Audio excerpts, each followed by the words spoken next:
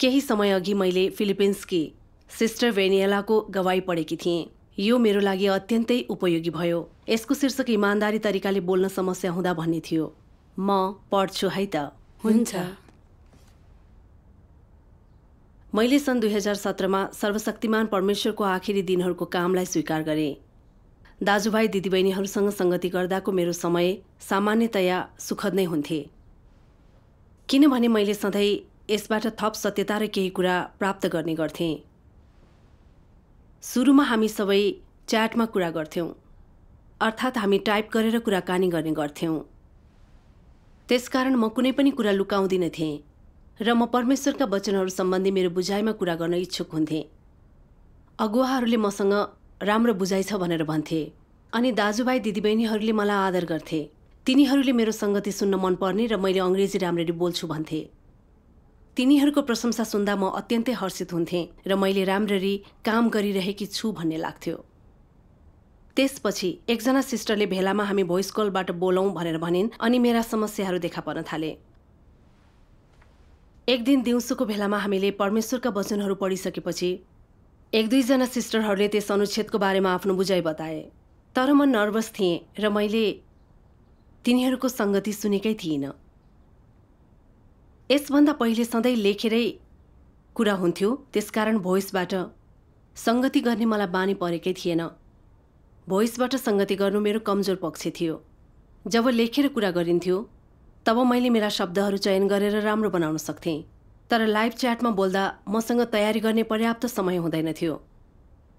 मसँग परमेश्वरका वचनहरूको केही बुझाइ भए पनि मेरो संगति भताभुङ्ग हुन्थ्यो र लथालिङ्ग हुन्थ्यो। त्यसकारण तिनीहरू म प्रति खिन्न हुन्छन् भन्ने डर थियो। सारा समय यही कुराले मेरो मन छोपिरहेको थियो। मैले आफ्नो कुरा भन्ने कि नभन्नेमा हिचकिचाहट भइरहेको थियो। मैले बताइन भने अरूले म सक्रिय रूपमा सहभागी भएकी छैन भन्ने सोच्नेछन् र अगुवा म प्रति खिन्न हुनेछन्।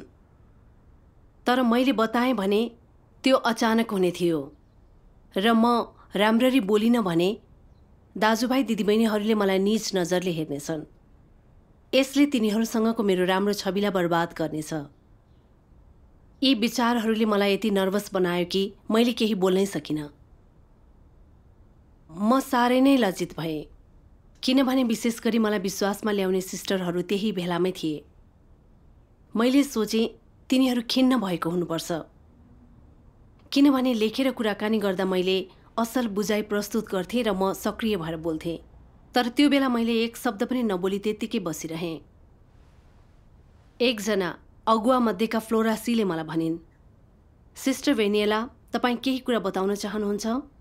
अरू सबैले बताइसक्नुभयो। तपाईँले संगति बाँड्न बिर्सिनुभयो। उनको आवाजको भाव सुन्दा मलाई उनी खिन्न छिन् जस्तो लाग्यो। मलाई साँच्चै नै अनौठो र लज्जित महसुस भयो। मेरो यो कमजोरीहरूलाई लुकाउन र तिनीहरूको नजरमा मेरो आफ्नो छवि कायम राख्न। त्यहाँदेखि मैले भेलाभन्दा पहिले नै संगतिमा के को बारेमा बोल्न चाहन्थे त्यस बारेमा लेख तयार पार्ने अनि मेरो पालोमा त्यो पढेर सुनाउने निर्णय गरेँ। त्यसपछि म त्यति नर्भस हुँदिन थिएँ। तिनीहरूले म राम्रो वक्ता हुँ र मेरो संगति तिनीहरूको लागि स्पष्ट र उपयोगी छ भन्ने सोच्नेछन्।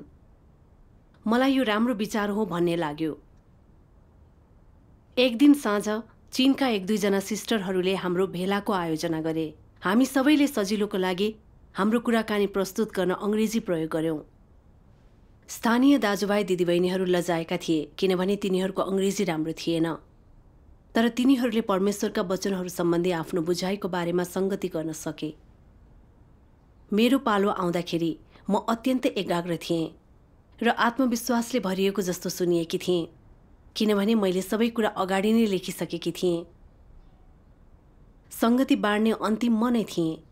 मैले मेरो संगति लेख्नको लागि धेरै समय बिताएकी थिएँ र मैले स्वाभाविक शैलीमा बोल्ने सक्दो प्रयास गरिरहेकी थिएँ, ताकि तिनीहरूले मैले पढिरहेकी छु भन्ने थाहा नपाउन्।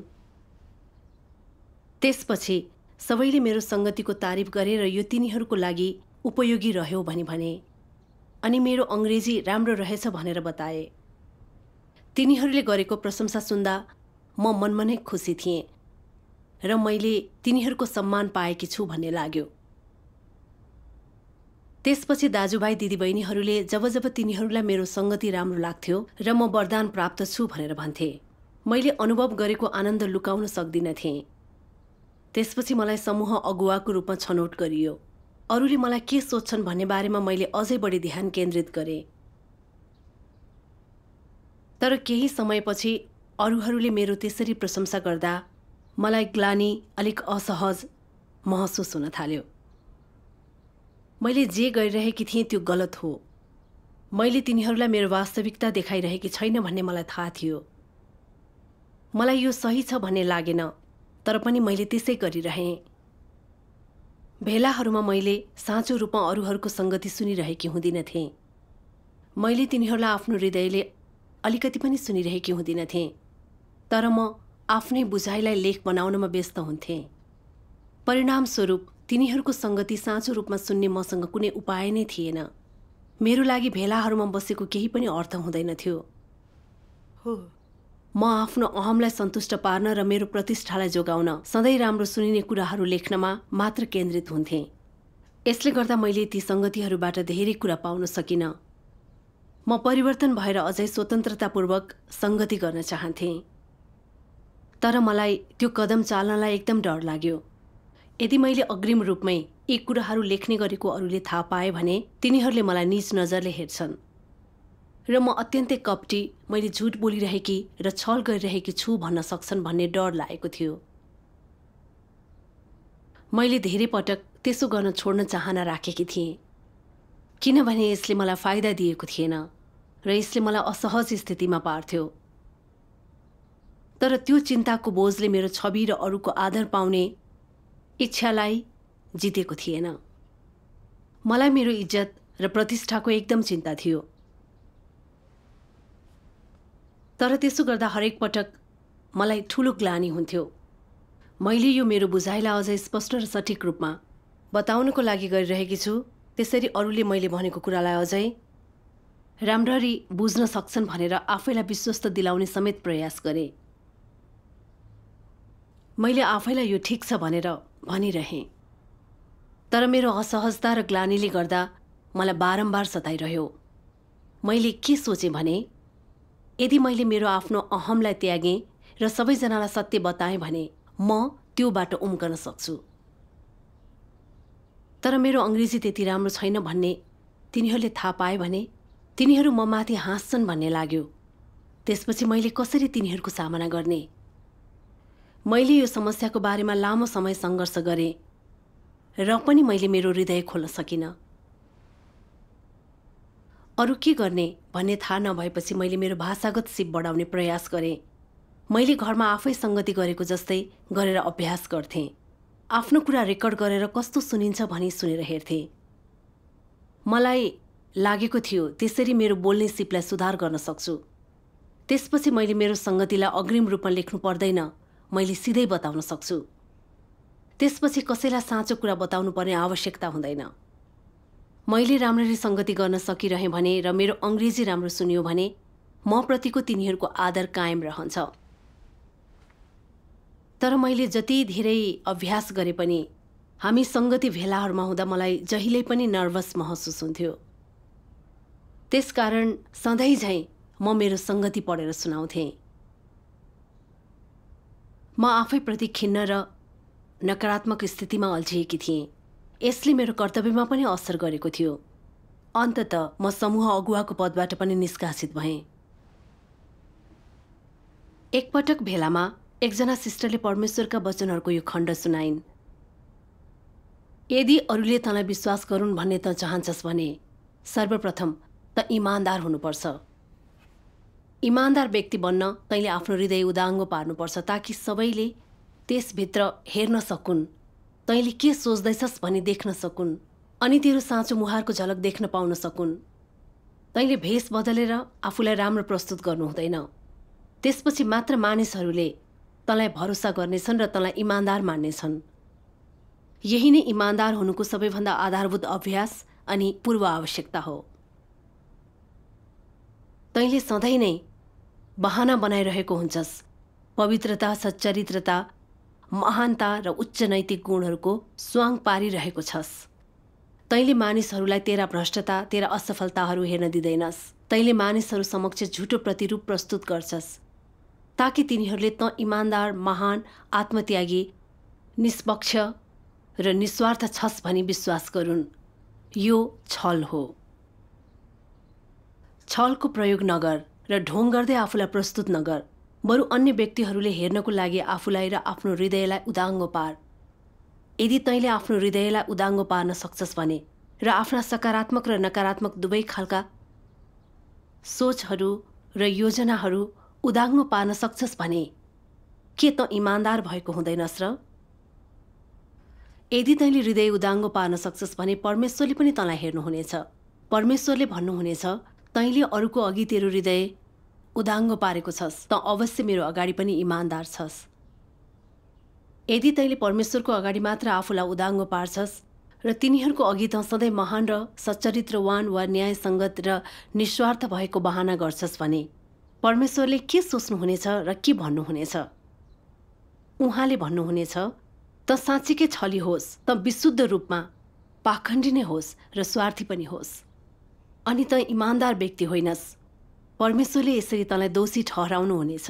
हजुर, यदि इमान्दार बन्छस् भने चाहे परमेश्वरको अगाडि हुँदा होस् वा अन्य व्यक्तिहरूको अगाडि हुँदा होस्, तैँले आफूमा प्रकट भएको कुरा र हृदयका शब्दहरू विशुद्ध र खुलस्त रूपमा बताउन सक्नुपर्छ। के यो हासिल गर्न सजिलो छ त? यसको लागि निरन्तर प्रार्थना चाहिन्छ। तैँले सबै कुरामा सरल रूपमा र खुलस्त बोल्ने, हृदयबाट बोल्ने अभ्यास गर्नुपर्छ। यस्तो अभ्यासले त अगाडि बढ्न सक्छस्। हो, आमेन। आमेन। यो साँचो हो। परमेश्वरलाई इमान्दार मानिसहरू मनपर्छ। उहाँलाई कुटिल वा कपटी मानिसहरू मन पर्दैन। राम्रो होस् वा कुरूप कुरा होस्, हामीले सङ्गतिमा आफ्नो हृदय खोलेर कुरा गर्नुपर्छ। हामी जे होइनौँ त्यो बहाना गरेर मुकुण्डो लगाउनु हुँदैन। इमान्दार हुनु भनेको त्यही हो। हो, यो पढ्दा मलाई अत्यन्तै पछुतो भयो, किनकि म इमान्दार व्यक्ति होइन भन्ने थाहा थियो। म साँच्चै सबैसँग खुलस्त हुन, मेरो अभिमान र इज्जतको चाह त्याग्न चाहन्थेँ। तर मैले एक दुई पटक यसो गर्ने प्रयास गरे पनि कहिल्यै गर्न सकिनँ। मलाई इज्जतको धेरै माया थियो। म मेरो आफ्नै अभिमानको बन्धनमा कैद भएको थिएँ। म अविश्वसनीय र पूर्ण रूपमा भ्रष्ट छु भन्ने मैले देखेँ। मलाई अत्यन्तै ग्लानि र बेचैन पनि भयो। मानिसहरूलाई झुटो सकारात्मकता पस्कदै मैले किन सधैँ बहाना बनाइरहेकी थिएँ? मैले किन सत्यताको अभ्यास गर्न सकिनँ? किन मैले परमेश्वरमाथिको मेरो विश्वासलाई खेर फालिरहेकी थिएँ? के ती सबै भेलाहरू र कर्तव्यहरू व्यर्थका थिए? मेरो आफ्नै अभिमानको बन्धनबाट म कहिल्यै उम्कने छैन भन्ने लाग्यो।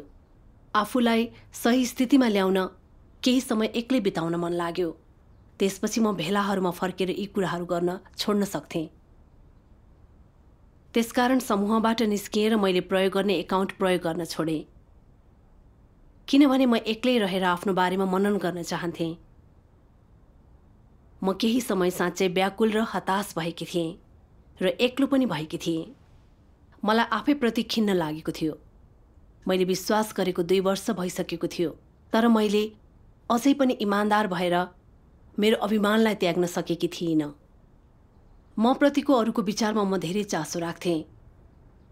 सत्य जानेर अरूले कस्तो प्रतिक्रिया देलान् भनेर कल्पना गर्दा नै मलाई अत्यन्तै लाज लाग्थ्यो। त्यो बेला म परमेश्वरका वचनहरू पढ्ने बाहेक केही गर्दिनथेँ। अनि एक दिन मैले यो खण्ड देखेँ। सत्यको पछि लाग्नु महत्त्वपूर्ण कुरा हो र यो अभ्यास गर्नु अत्यन्तै सहज छ। तैँले इमान्दार व्यक्ति बनेर हृदय खोल्दै साँचो बोलेर यसको सुरुवात गर्नुपर्छ। यदि कुनै कुराको बारेमा त अरूहरूलाई भन्न अप्ठ्यारो मान्छस् भने तैँले प्रार्थना गरी परमेश्वरलाई भन्नुपर्छ। तैँले परमेश्वरलाई के भन्नुपर्छ त? चाप्लुसीको कुरा गर्ने वा धोका दिने प्रयास नगरी तेरो हृदयको कुरा परमेश्वरलाई भन्। इमान्दार भएर सुरु गर। यदि त कमजोर भएको छस् भने त्यो कुरा भन्। यदि त खराब भएको छस् भने त्यो कुरा भन्। यदि त छली भएको छस् भने त्यो कुरा भन्। यदि तमा दुष्ट विचारहरू छन् भने त्यसबारे परमेश्वरलाई भन्। यदि त सधैँ पदका लागि प्रतिस्पर्धा गर्दैछस् भने उहाँलाई भन्। परमेश्वरबाट त अनुशासित हुन दिई, उहाँलाई वातावरण बनाउन दिए।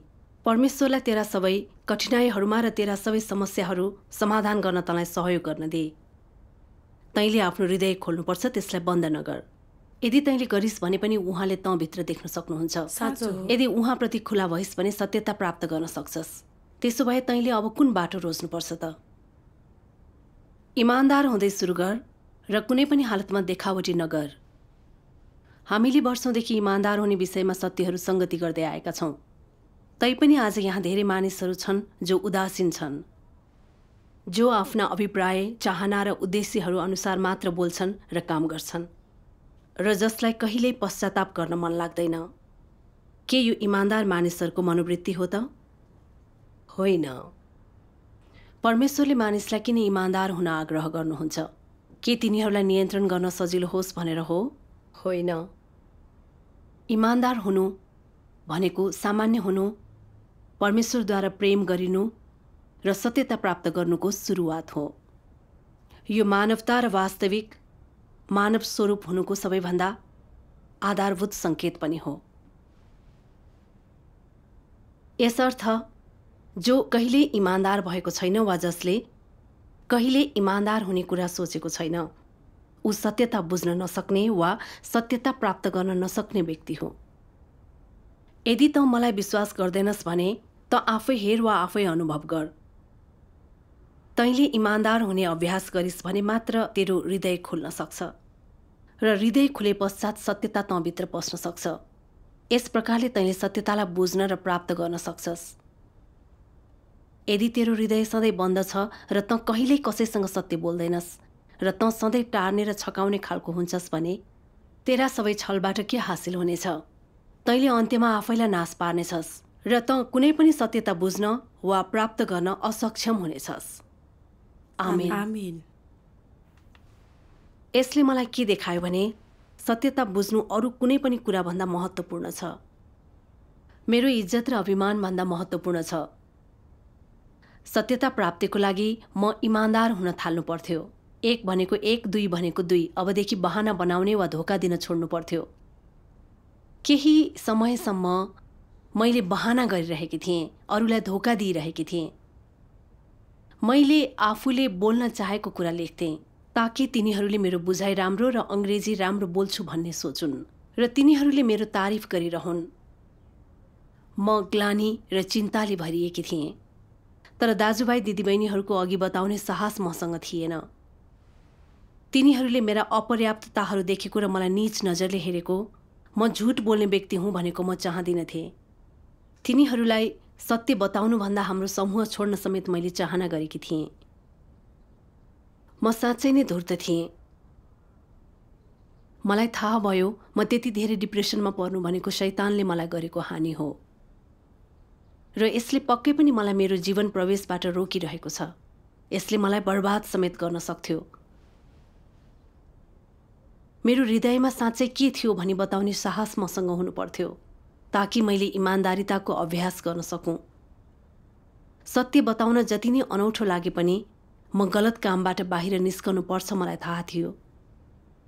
परमेश्वरलाई इमान्दार मानिस मनपर्छ र धूर्तहरूलाई घृणा गर्नुहुन्छ।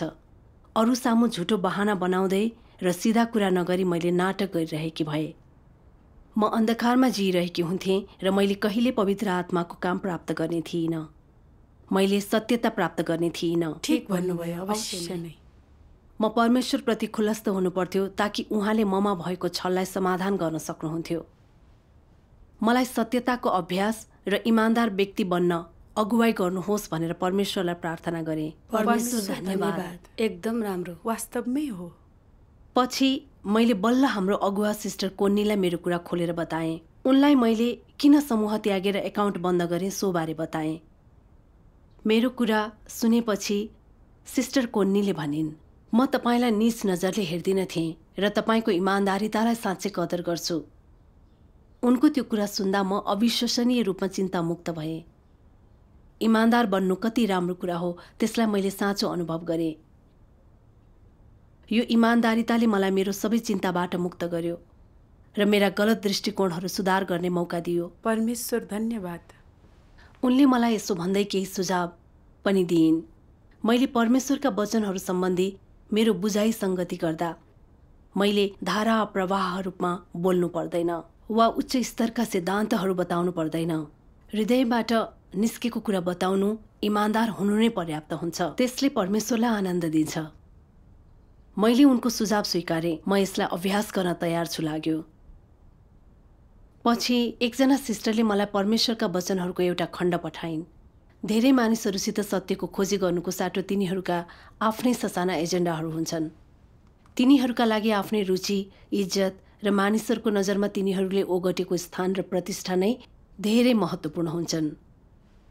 तिनीहरूले यिनै कुराहरू मनमा राख्छन्। तिनीहरू प्रिय जीवनको लागि त्यसैमा टाँसिन्छन्। परमेश्वरले तिनीहरूलाई कसरी हेर्नु वा व्यवहार गर्नुहुन्छ भन्ने कुरा तिनीहरूका निम्ति महत्त्व हुँदैन। अहिलेको लागि तिनीहरूले यसलाई व्यवस्था गर्छन्। अहिलेको लागि तिनीहरू त्यो समूहको मालिक हुन् कि होइनन्। मानिसहरूले तिनीहरूलाई हेर्छन् कि हेर्दैनन् वा तिनीहरूले भनेका सुन्छन् कि सुन्दैनन् मात्र सोध्छन्। तिनीहरूका लागि यी प्राथमिक महत्त्वका हुन्छन्। जब मानिसहरू समूहमा हुन्छन्, प्राय तिनीहरू सबैले यस प्रकारको प्रतिष्ठा अनि साथसाथै यस प्रकारका मौकाहरू खोज्छन्। जब तिनीहरू उच्च प्रतिभाशाली हुन्छन्, निश्चय नै आफ्नो क्षेत्रमा सफल हुन चाहन्छन्। यदि तिनीहरू मध्यम क्षमताका छन् भने पनि तिनीहरू अरू सामान्य मानिसहरूभन्दा उच्च स्थानमा रहन चाहन्छन्। र यदि तिनीहरू औसत क्षमता र योग्यताका भएर समूहमा निम्न स्थानमा छन् भने पनि अरूले आफूलाई आदर गरून् भन्ने चाहन्छन्, हेला गरून् भन्ने होइन। साँचो हो। तिनीहरूले आफ्नो इज्जत र मर्यादालाई महत्त्वपूर्ण ठान्छन्। तिनीहरूले यी कुरालाई पक्रिराख्छन्। तिनीहरूसँग सबै निष्ठा र परमेश्वरको स्वीकृति र सहमतिको कमी हुन सक्छ। तर समूहमा भने तिनीहरू इज्जत, प्रतिष्ठा र अरूको प्रशंसा पाउन चाहन्छन्, जुन शैतानको स्वभाव हो। धेरैलाई यसबारे थाहा हुँदैन। उनीहरू इज्जतको टुक्रालाई अन्तिमसम्म बचाएर राख्नुपर्छ भनी विश्वास गर्छन्।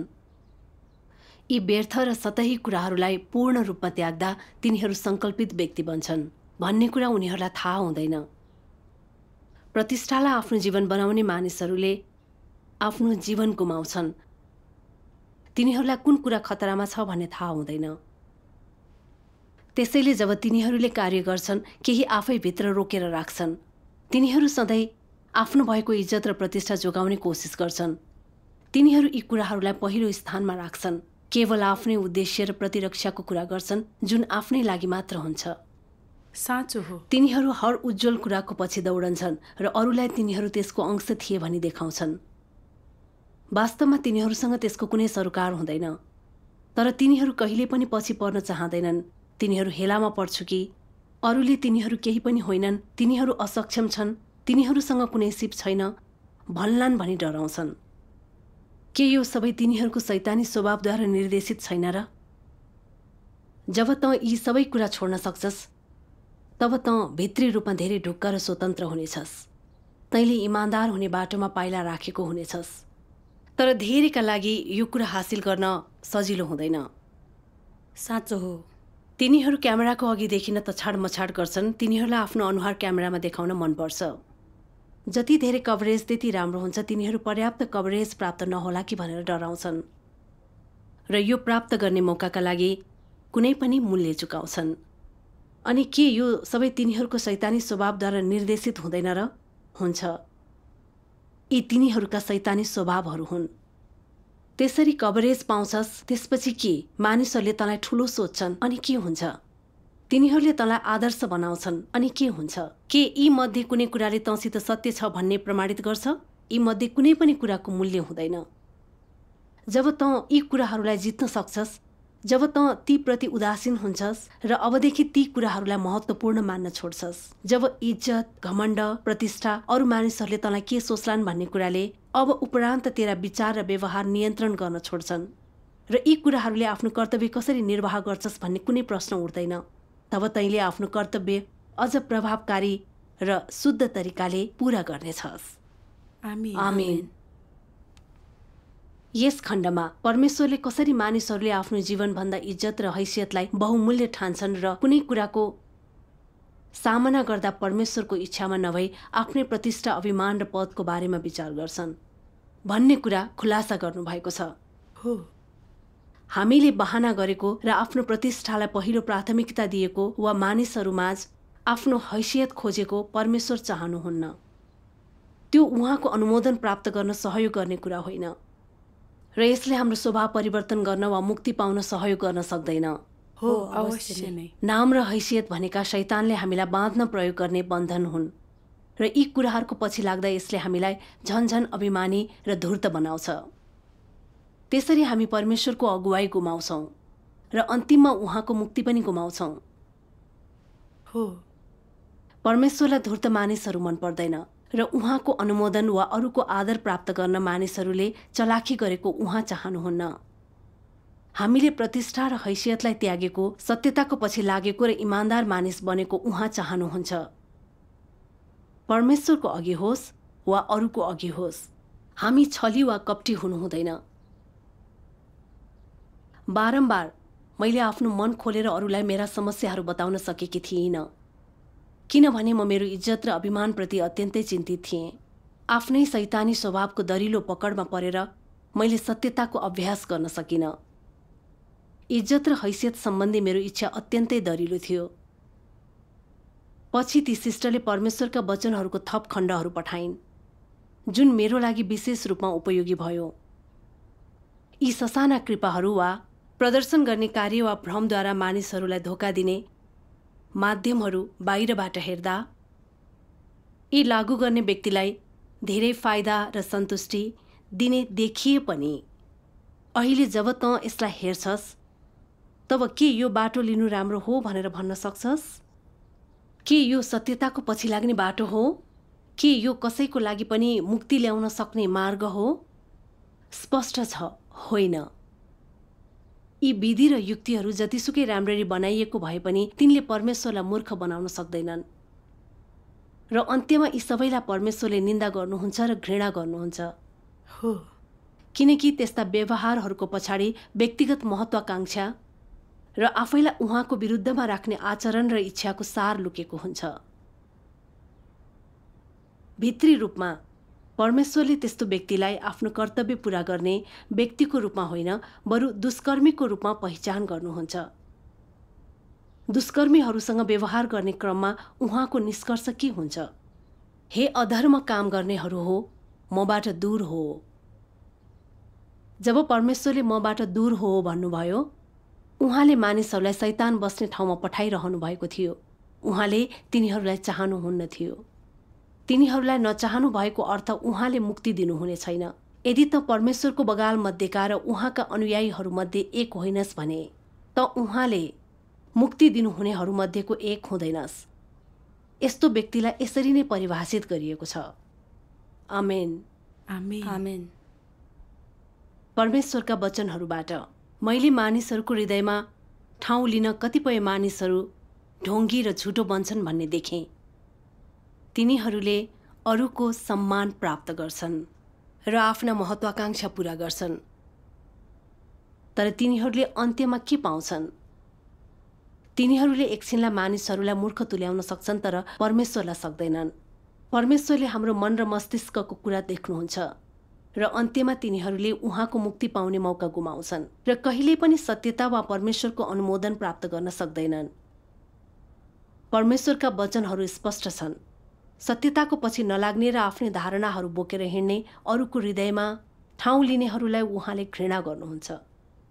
उहाँले तिनीहरूलाई दुष्कर्मीहरूका रूपमा हेर्नुहुन्छ र उहाँले तिनीहरूले गरेका कर्तव्यहरूलाई स्वीकार गर्नुहुन्न। मलाई निकै डर लाग्यो। परमेश्वरले मलाई त्याग्नुहुन्छ, शैतानको हातमा फाल्नुहुन्छ र मैले उहाँको मुक्ति गुमाउने छु भन्ने डर थियो। मैले साँच्चै गलत मार्ग लिएकी छु भन्ने पछि आएर थाहा पाएँ। मेरा सबै विचार र कार्यहरू अरूको प्रशंसा र तारिफ पाउनका लागि गरिएका हुन्थे। त्यसकारण मैले परमेश्वरको इच्छालाई वा मैले त्यसरी व्यवहार गरेर अन्तिममा के पाउनेछु भनेर कहिल्यै विचार गरिनँ।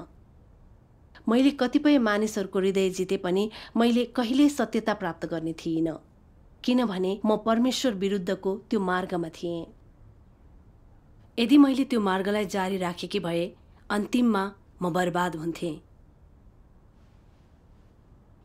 त्यो विचार गरेपछि मैले जे गर्दै आएकी थिएँ त्यसलाई परमेश्वरले घृणा गर्नुहुन्छ र त्यस्तो कुरा उहाँ चाहनुहुन्न भन्ने मलाई थाहा भयो। मैले मेरा भावनाहरू शान्त गर्न सकिनँ। म साँच्चै परिवर्तन भएर त्यो स्थितिबाट मुक्त हुन, मेरो साँचो रूपमा आउन र फेरि कहिल्यै छली नहुन चाहन्थेँ। परमेश्वर धन्यवाद। पछि सिस्टर कोन्नीले मलाई संगति गर्न र अरूसँग खुल्न, इमान्दार बन्न प्रोत्साहन दिइन् ताकि मैले केही शान्ति र आनन्द प्राप्त गर्न सकूँ। तर मेरो भ्रष्टता र गल्तीहरूका बारेमा दाजुभाइ दिदीबहिनीहरूसँग मन खोल्ने बारेमा सोच्दा म साँच्चै हिचकिचाएँ। त्यसपछि मैले परमेश्वरका वचनहरूको अर्को खण्ड देखेँ।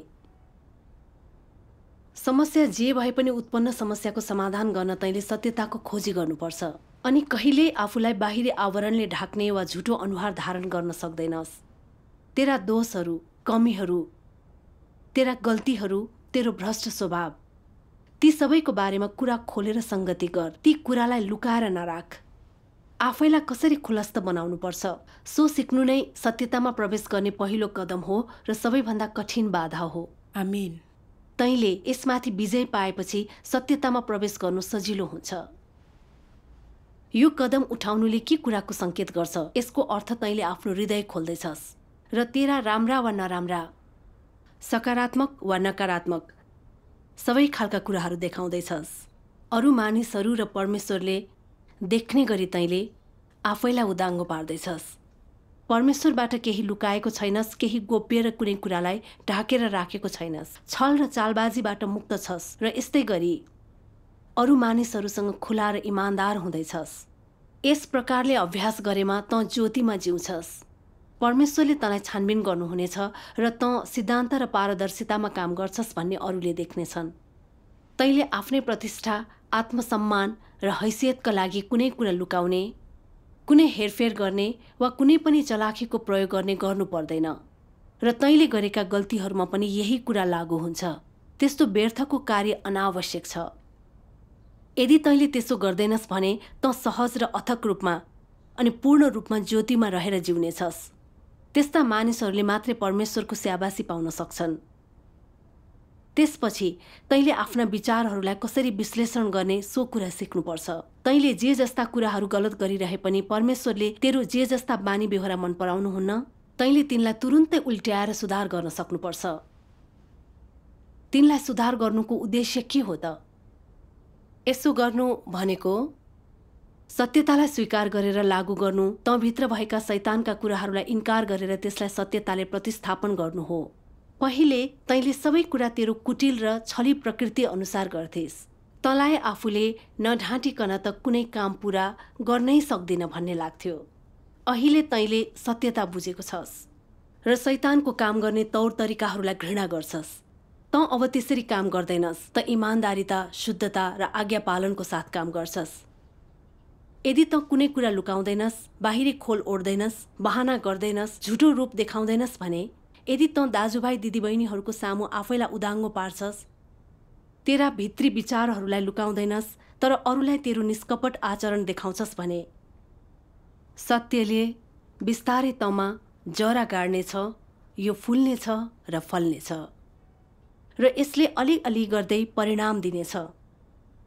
यदि तेरो हृदय धेरै नै इमान्दार छ र परमेश्वरप्रति केन्द्रित छ भने, र यदि तैँले आफ्नो कर्तव्यमा परमेश्वरको घरको हितको रक्षा गर्न जान्दछस्, यो हितहरूको रक्षा गर्न नसक्दा तँलाई ग्लानि महसुस हुन्छ भने, यो कुरा सत्यताले तँमा प्रभाव पारेको छ भन्ने र त्यो तेरो जीवन बनेको छ भन्ने प्रमाण हो।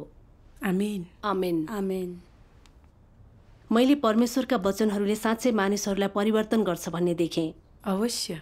जब मानिसहरूले भ्रष्टताको बारेमा कसरी खुलेर बोल्ने र सत्यताको खोजी गर्ने भन्ने सिक्छन्, हाम्रो गलत विचार र भ्रष्ट स्वभाव बिस्तारै परिवर्तन हुँदै जान सक्छन्।